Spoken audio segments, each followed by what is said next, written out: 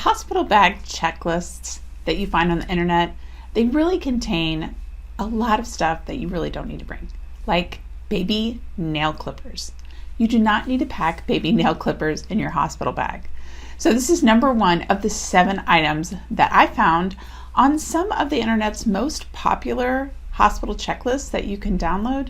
7 items that you should not pack. So that first one, baby nail clippers. Now I combed through hospital bag checklists from the Bump, Baby Center, Pampers, Baby List, and more, and I found these 7 items that just kept popping up like that.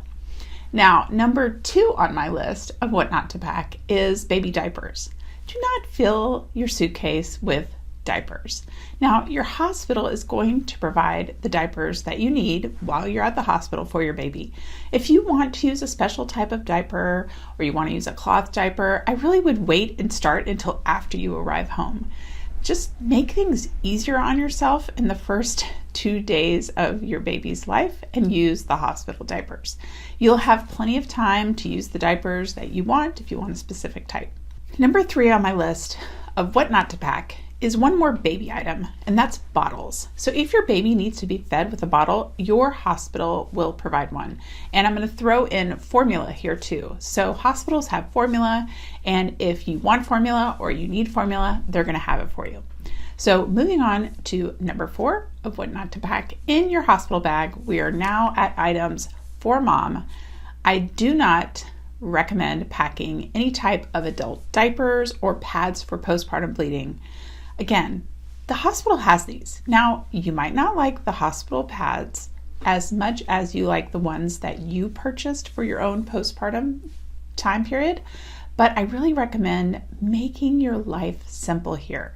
Use what they give you and move on to your stash of really good postpartum pads to when you get home. It's really going to be just so much easier. Now we are at 4 of my 7, and I want to mention that I have a 1-hour master packing class that's a live stream recording that can make your packing super easy. So it goes through what you should pack and why. More information and a coupon for that is down below.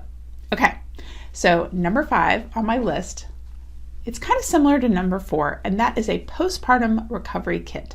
Now, this one was mentioned on the Bump website, and they linked to a product that you can purchase. That is a big, giant nope from me. These kits contain everything that you will get at the hospital, like an ice pack, pads, a peri bottle.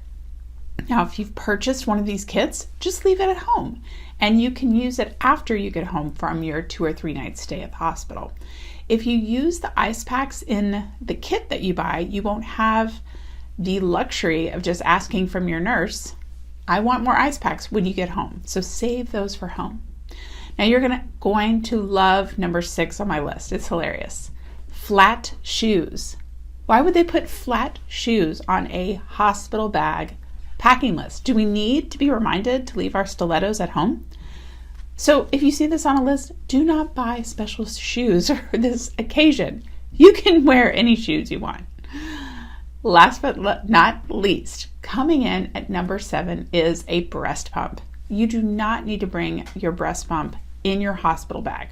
If you need a breast pump while you're at the hospital, hospitals provide breast pumps that are usually a higher quality than your breast pump. So don't lug your breast pump to the hospital for you for labor and postpartum. I hope you're able to cross a few items off your hospital bag packing list to make packing a little bit easier and a little bit lighter. And I am going to link right here a video to the DIY postpartum ice packs.